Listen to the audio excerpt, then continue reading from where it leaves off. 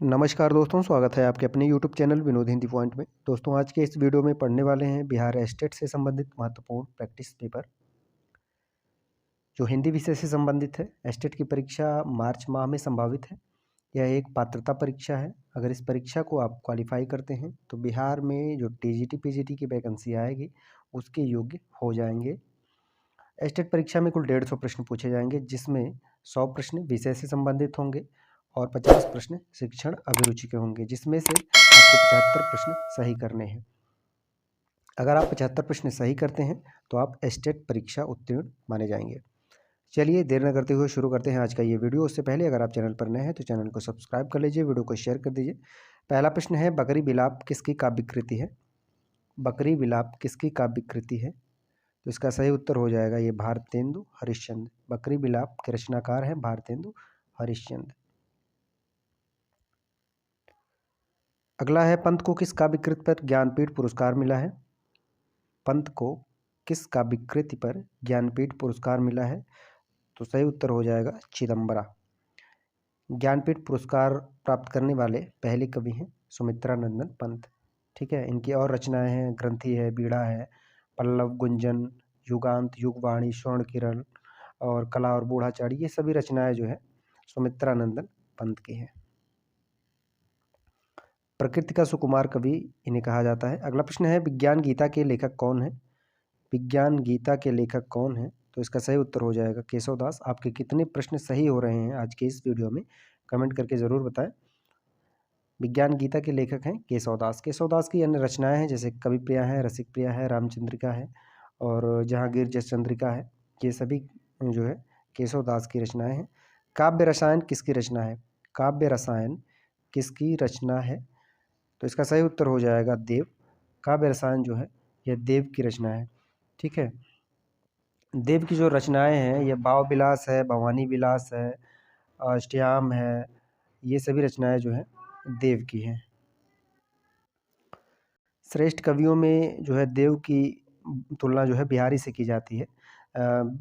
बिहारी जो है और देव, इन दोनों कवियों में श्रेष्ठ कवियों की तुलना की जाती है।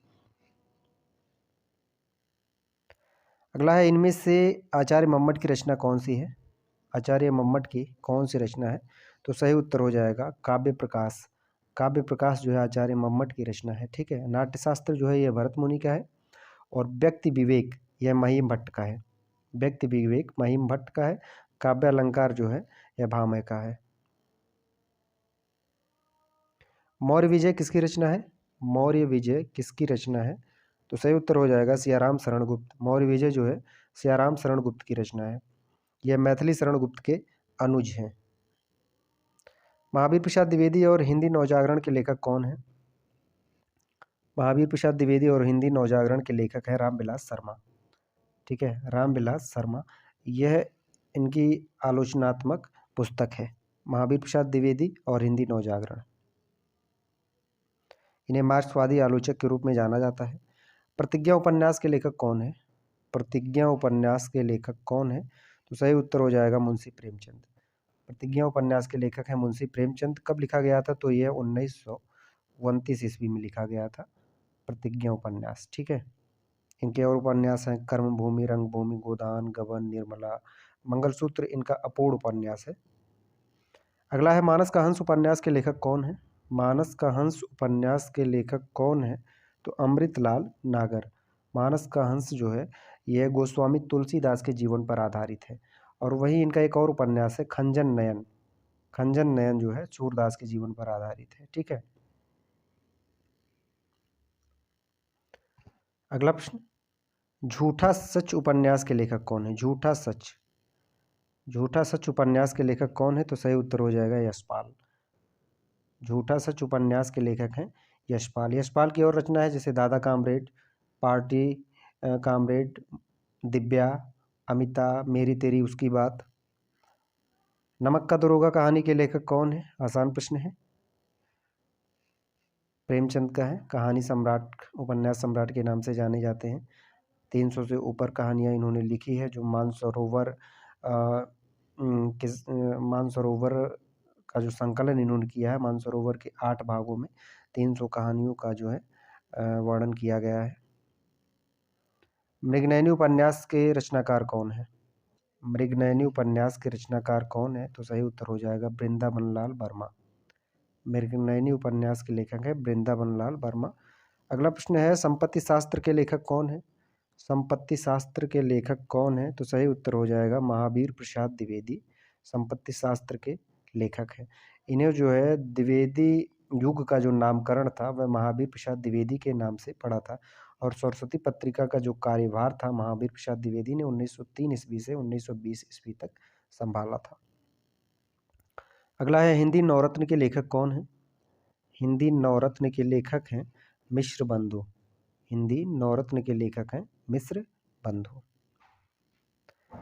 निम्नलिखित में से विद्यानिवास मिश्र की कृति नहीं है। विद्यानिवास मिश्र की कौन सी कृति नहीं है? तो रस आखेटक जो है यह विद्यानिवास मिश्र की नहीं है बल्कि कुबेरनाथ राय की रचना है। रस आखेटक कुबेरनाथ राय की रचना है। जयशंकर प्रसाद द्वारा संपादित पत्रिका का नाम क्या है? जयशंकर प्रसाद द्वारा संपादित पत्रिका का क्या नाम है? तो इसका सही उत्तर हो जाएगा इंदु। ठीक है, इंदु। जयशंकर प्रसाद द्वारा जो संपादित पत्रिका है इंदु। और प्रसाद की जो पहली कहानी है ग्राम 1911 ईस्वी में प्रकाशित हुई थी और यह जो है इंदु पत्रिका में प्रकाशित हुई थी। प्रसाद की जो पहली कहानी है ग्राम इंदु पत्रिका में प्रकाशित हुई थी। अगला है सूची 1 का सूची 2 से मिलान करना है। सूची 1 का सूची 2 से मिलान करना है। तो यहाँ देखिए दिव्या जो है यह यशपाल का है, तमस भीष्म साहनी का है, मैला आंचल फणीश्वरनाथ रेणु का है, बलचनमा जो है नागार्जुन का है। ठीक है। अगला है निम्नलिखित में से कौन सी पुस्तक हजारी प्रसाद द्विवेदी की नहीं लिखी गई है? तो हजारी प्रसाद द्विवेदी की कौन सी पुस्तक नहीं लिखी गई है? तो नया साहित्य। यह हजारी प्रसाद द्विवेदी की नहीं है। ठीक है, नया साहित्य हजारी प्रसाद द्विवेदी की नहीं है, यह प्रकाश चंद्र गुप्त की रचना है। बरवै नायिका भेद के रचनाकार कौन है? बरवै नायिका भेद के रचनाकार कौन है? रहीम। बरवै नायिका भेद के रचनाकार हैं रहीम। कलम का सिपाही कृति के लेखक कौन है? कलम का सिपाही कृति के लेखक कौन है? तो अमृत राय है। कलम का सिपाही कृति जो है इसके लेखक हैं अमृत राय। ठीक है। विष्णु प्रभाकर का एक जीवनी है आवारा मसीहा जो शरद चंद्र के जीवन पर आधारित है। यह कई बार परीक्षा में ये प्रश्न पूछा गया है। नाखून क्यों बढ़ते हैं के निबंधकार कौन है? नाखून क्यों बढ़ते हैं? तो इसका सही उत्तर हो जाएगा हजारी प्रसाद द्विवेदी। नाखून क्यों बढ़ते हैं? हजारी प्रसाद द्विवेदी का ये निबंध है। किस प्रकार के निबंधों में समास शैली प्रयुक्त होती है? किस प्रकार के निबंधों में समास शैली प्रयुक्त होती है? तो विचारात्मक निबंधों में जो है समास शैली प्रयुक्त होती है।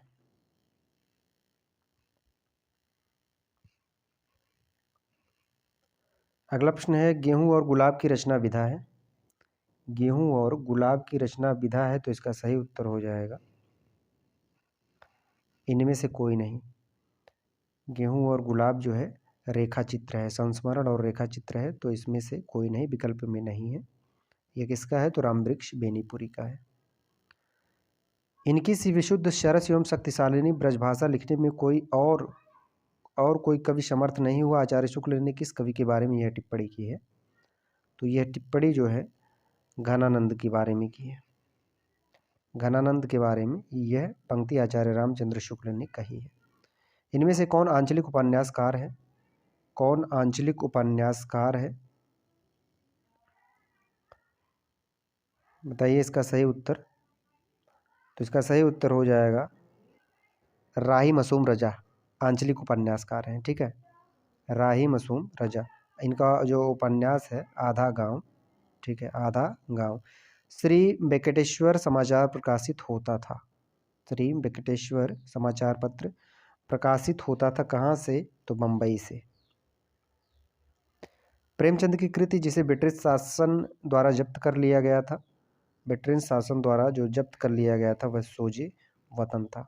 ठीक है, सोजे वतन यह ब्रिटिश सरकार द्वारा जब्त कर लिया गया था। कला और बूढ़ा चाँद के लेखक कौन है? कला और बूढ़ा चाँद के लेखक कौन है? तो इसका सही उत्तर हो जाएगा सुमित्रा नंदन पंत। निषाद बांसुरी की रचना की विधा है। निषाद बांसुरी की रचना की विधा है, तो इसका सही उत्तर हो जाएगा यह ललित निबंध है। निषाद बांसुरी, ठीक है। किसका है? तो ये कुबेरनाथ राय का है।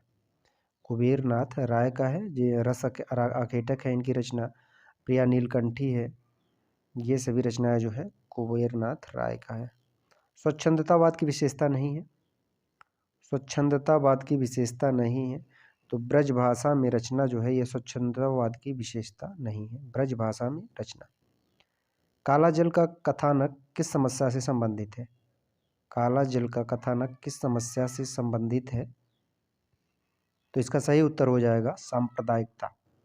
काला जल का कथानक जो है यह सांप्रदायिकता से संबंधित है। यह किसका है? तो यह सानी का है उपन्यास। काला जल सानी का उपन्यास है।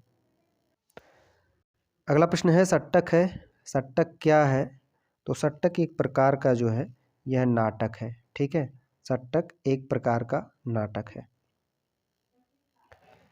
कस्तूरी कुंडल बसय आत्मकथा किसकी है? कस्तूरी कुंडल बसय आत्मकथा किसकी है? मैत्रेयी पुष्पा। कस्तूरी कुंडल बसय यह मैत्रेयी पुष्पा का है। अगला है कृष्णा सोबती द्वारा लिखित संस्मरण कृति किसकी है? कृष्णा सोबती द्वारा लिखित संस्मरण कृति किसकी है? तो इसका सही उत्तर हो जाएगा हम हशमत। कृष्णा सोबती द्वारा जो लिखित संस्मरण है वह हम हशमत। निबंध संग्रह शब्दिता के निबंधकार कौन है? शब्दिता के निबंधकार कौन है? निबंध संग्रह शब्दिता, तो सही उत्तर हो जाएगा धर्मवीर भारती। शब्दिता जो निबंध है यह धर्मवीर भारती की है। निराला की साहित्य साधना आलोचना कृति के कितने भाग हैं? निराला की साहित्य साधना, तो इसके जो है 3 भाग हैं। ये किसका है? तो रामविलास शर्मा का है, ठीक है। निराला की साहित्य साधना के 3 भाग हैं। पहला 1969 ईस्वी, दूसरा 1972 ईस्वी, तीसरा जो है 1976 ईस्वी। ये 3 भाग हैं निराला की साहित्य साधना के। निम्नलिखित में से कौन कवि अर्थ गौरव के लिए प्रसिद्ध है? अर्थ गौरव के लिए कौन सब कवि प्रसिद्ध है? तो भारवी है। अर्थ गौरव के लिए जो कवि प्रसिद्ध हैं वह भारवी हैं। त्रिलोचन शास्त्री की कविताएं हिंदी के अतिरिक्त किस अन्य भाषा में हैं? त्रिलोचन शास्त्री की कविताएं हिंदी के अतिरिक्त किस भाषा में हैं? तो मैथिली में है, ठीक है। त्रिलोचन शास्त्री की कविताएं, इनकी जो और रचनाएं हैं ताप के तपाए हुए दिन है, मिट्टी की बारात है, इनका जो मूल नाम है वह वासुदेव सिंह था। राजशेखर की निम्नलिखित रचनाओं में से कौन सी रचना अधूरी है? राजशेखर की निम्नलिखित रचनाओं में से कौन सी रचना अधूरी है? तो इसका सही उत्तर हो जाएगा बाल रामायण।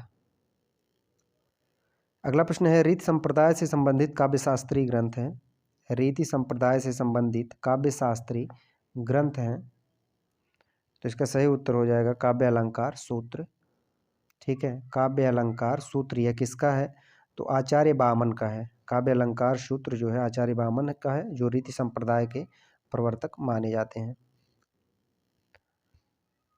अगला प्रश्न है प्लाट का मोर्चा रिपोर्तार्ज के लेखक कौन है? प्लाट का मोर्चा रिपोर्तार्ज के लेखक कौन है? तो सही उत्तर हो जाएगा शमशेर बहादुर सिंह। प्लाट का मोर्चा जो रिपोर्तार्ज है किसका है? तो शमशेर बहादुर सिंह का है।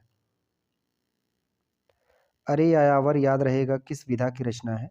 अरे यायावर याद रहेगा, तो यह जो है यात्रा वृतांत है। कसाईबाड़ा कहानी के लेखक कौन है? कसाईबाड़ा कहानी के लेखक कौन है? तो इसका सही उत्तर हो जाएगा शिव मूर्ति। कसाईबाड़ा कहानी के लेखक हैं शिव मूर्ति। पद्मावत के रचनाकार का नाम है? पद्मावत के रचनाकार का नाम है, तो सही उत्तर हो जाएगा मलिक मोहम्मद जायसी। पद्मावत के रचनाकार का नाम है मलिक मोहम्मद जायसी। आचार्य भरत के अनुसार गुण होते हैं। आचार्य भरत के अनुसार गुण कितने होते हैं? तो 10 होते हैं, ठीक है। अगला प्रश्न है हिंदी के काव्य भाषा परक समीक्षक का नाम है। हिंदी के काव्य भाषा परक समीक्षक का क्या नाम है? तो जो काव्य भाषा परक समीक्षक का नाम है रामस्वरूप चतुर्वेदी। इनमें से कौन सा उपन्यास जीवनी परक है? कौन सा उपन्यास जीवनी परक है? तो खंजन नयन। यह जो है सूरदास के जीवन पर आधारित है। यह किसका है? तो यह जो है अमृतलाल नागर का उपन्यास है। चिरजीवों जोरी जुरै क्यों न स्नेह गंभीर, को घाटिये वृषभानुजा हे हलधर के वीर। उपयुक्त दोहे में कौन सी शब्द शक्ति है? तो इसमें जो है व्यंजना शब्द शक्ति है। आचार्य रामचंद्र शुक्ल द्वारा लिखित 11 वर्ष का समय किस विधा की रचना है? तो यह कहानी है। आचार्य रामचंद्र शुक्ल द्वारा लिखित जो 11 वर्ष का समय है, यह शुक्ल जी की कहानी है। ठीक है, यह कहानी कब लिखी गई थी? तो 1903 ईस्वी में। यह सरस्वती पत्रिका में प्रकाशित हुई थी 1903 ईस्वी में।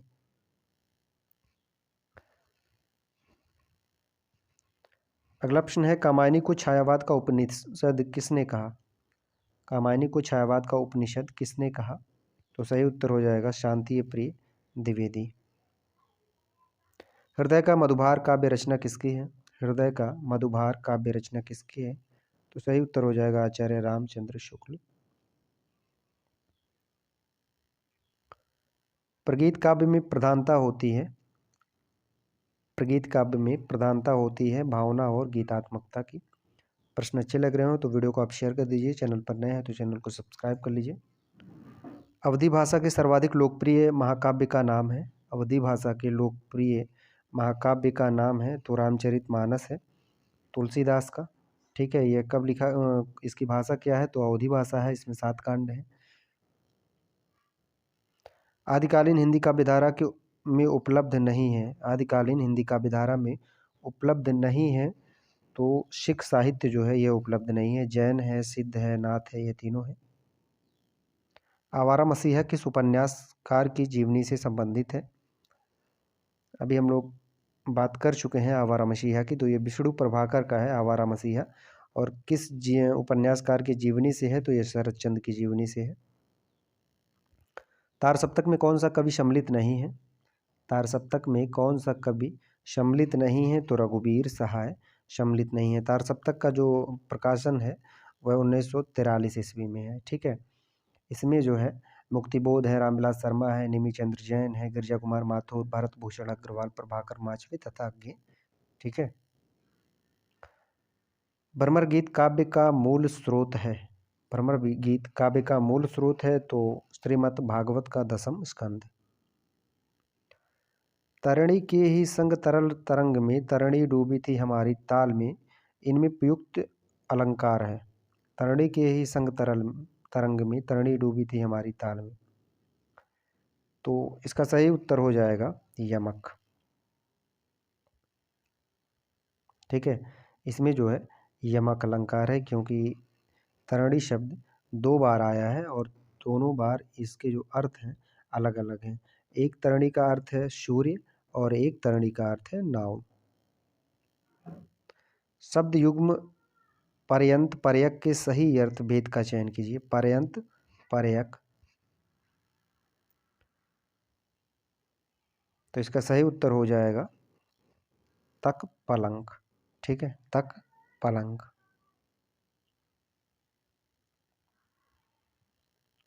वह अपनी कक्षा का सर्वाधिक प्रतिभाशाली छात्र है। उपयुक्त काव्य का वाक्य का बिना अर्थ बदले निम्नलिखित में कौन सा नकारात्मक वाक्य उपयुक्त होगा? वह अपनी कक्षा का सर्वाधिक प्रतिभाशाली छात्र है। वह अपनी कक्षा का सर्वाधिक प्रतिभाशाली छात्र नहीं है, उसके समान अपनी कक्षा में कोई प्रतिभाशाली छात्र नहीं है। प्रतिभा में वह अपनी कक्षा के किसी छात्र से भी कम नहीं है। अपनी कक्षा के प्रतिभाशाली छात्रों में उसकी गिनती नहीं होती, तो उसके समान अपनी कक्षा में कोई प्रतिभाशाली छात्र नहीं है।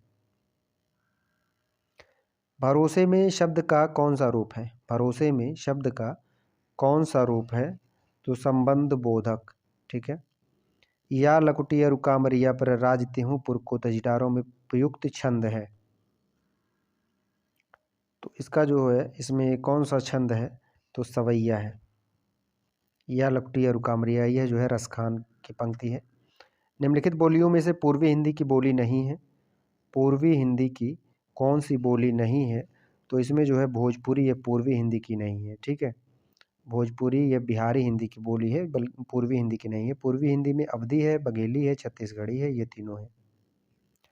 सुरेश गीत गा रहा था, वाक्य में काल है। सुरेश गीत गा रहा था, तो इसमें जो है अपूर्ण भूत है। सुरेश गीत गा रहा था। लोगों ने शोरगुल करके डाकुओं को भगाया। उपरोक्त वाक्य में कारक बताइए। तो इसका सही उत्तर हो जाएगा कर्म कारक। लोगों ने शोरगुल करके डाकुओं को भगाया। सीमांत पकौड़े खा रहा है, रेखांकित वाक्य में क्रिया का भेद बताइए। सीमांत पकौड़े खा रहा है, तो इसमें जो है सकर्मक क्रिया है। सीमांत पकौड़े खा रहा है।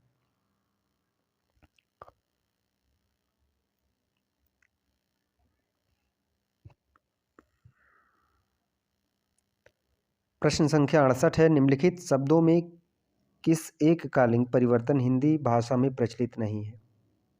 किस एक का लिंग परिवर्तन हिंदी भाषा में प्रचलित नहीं है? तो इसका सही उत्तर हो जाएगा कोयल। कोयल का जो लिंग परिवर्तन है हिंदी भाषा में प्रचलित नहीं है। कोयल का कोयल ही रहेगा। मोर का पर्यायवाची इनमें से क्या है?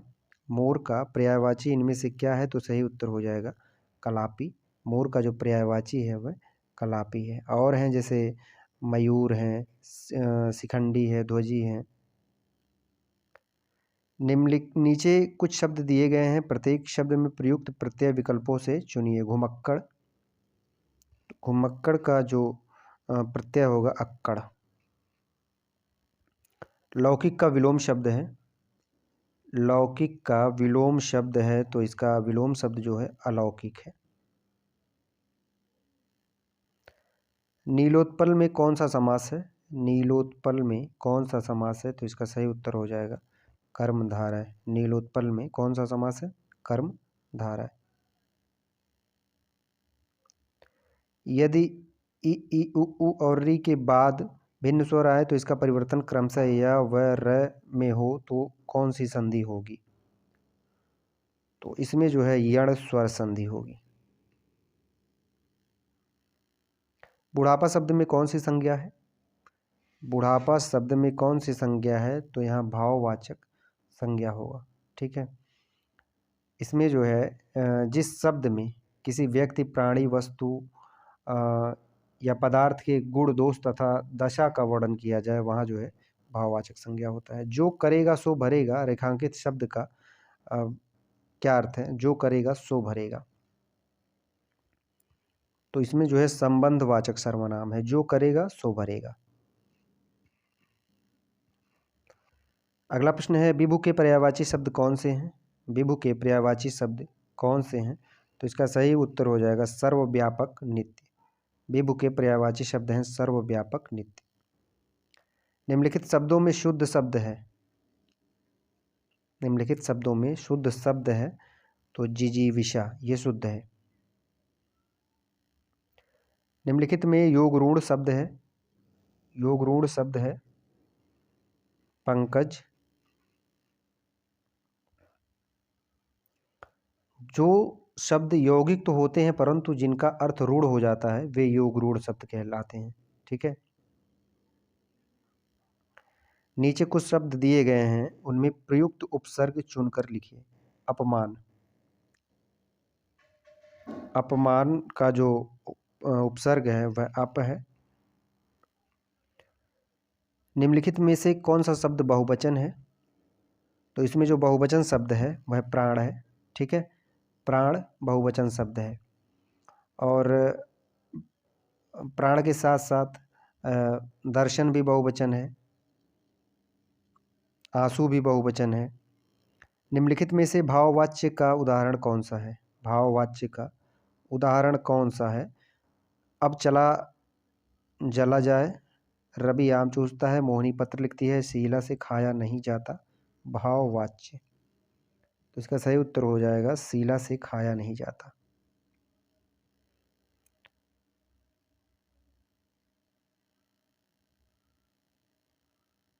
यहाँ आपको बताना है, नाक रगड़ने पर पुलिस ने अशोक को नहीं छोड़ा, जो रेखांकित शब्द है उसका क्या अर्थ है? नाक रगड़ना। नाक रगड़ना का अर्थ जो हो जाएगा विनती करना।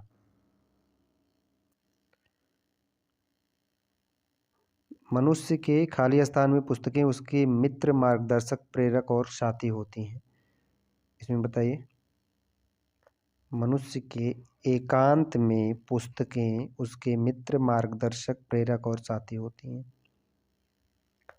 राम की गाय बहुत काली है, वाक्य में काली शब्द है। राम की गाय बहुत काली है, तो इसमें जो काली शब्द है वह विशेषण है।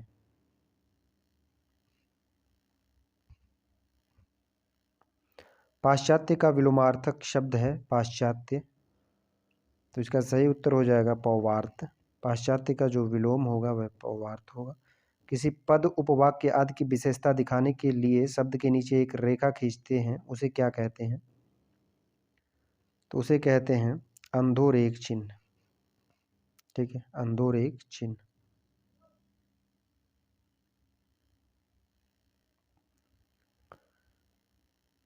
सही कथन चुनिए।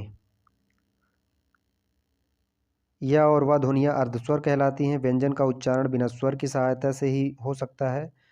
अवदेश का विग्रह अवधनदेश होगा। हिंदी में व्यंजनों की संख्या 60 है। तो सही शब्द आपको चुनना है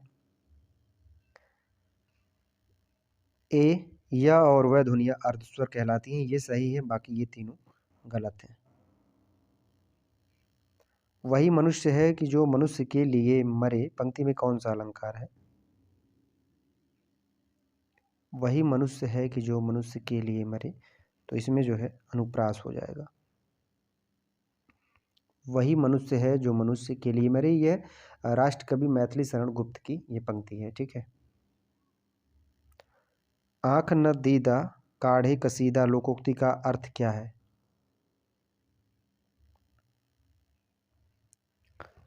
योग्यता ना रहने पर भी काम करने की सीख ही भरना। आँख न दीदा काढ़े कसीदा।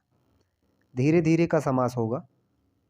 धीरे धीरे का समास होगा, तो यहाँ जो है अव्ययी भाव समास है। धीरे धीरे अव्ययी भाव समास है। अब यहाँ योजक चिन्ह के नाते आप ये मत समझ लीजिए कि यहाँ द्वंद्व समास होगा। ठीक है, यहाँ जो है अव्ययी भाव समास है। अव्ययी भाव समास में जो प्रथम पद है प्रधान है और क्रिया विशेषण अव्यय का काम करता है। ठीक है, यहाँ अगर राजा रानी होता, दिन रात होता, तब फिर यहाँ द्वंद्व समास होता। निम्नलिखित में से कौन सा काटना का तत्सम है? काटना का तत्सम क्या होगा? कर्तन। काटना का जो तत्सम है वह कर्तन है। रुपए, रिक्त स्थान में जो शब्द आएगा उसका चयन करें, रुपए। उसके बाद क्या आएगा? तो इसका सही उत्तर हो जाएगा खनकते हैं। रुपए खनकते हैं, लेकिन आजकल रुपए बोलते हैं, खनकते नहीं हैं।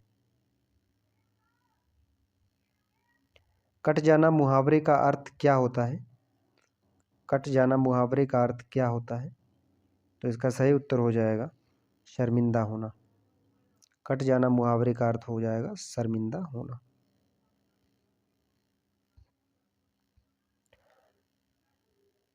आठ कनौजिया नौ चूल्हे लोकोक्ति का अर्थ क्या है? अलगाव की स्थिति। आठ कनौजिया नौ चूल्हे। निम्नलिखित में से कौन सा चक्रपाणी में प्रयुक्त समास है? चक्रपाणी में कौन सा समास है? तो इसका सही उत्तर हो जाएगा बहुब्रीहि। चक्रपाणी में जो समास है वह बहुब्रीहि है। ठीक है। चक्रपाणी का अर्थ होता है जिसके हाथ में जो है चक्र हो, अर्थात विष्णु। निम्नलिखित में से कौन सा उच्छ्वास का संधि विच्छेद है? उच्छ्वास, इसका संधि विच्छेद होगा उत्तधन श्वास।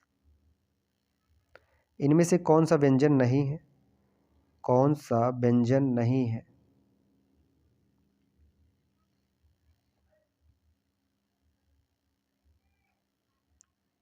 इसमें से कौन सा व्यंजन नहीं है? तो फ जो है यह व्यंजन नहीं है। ठीक है।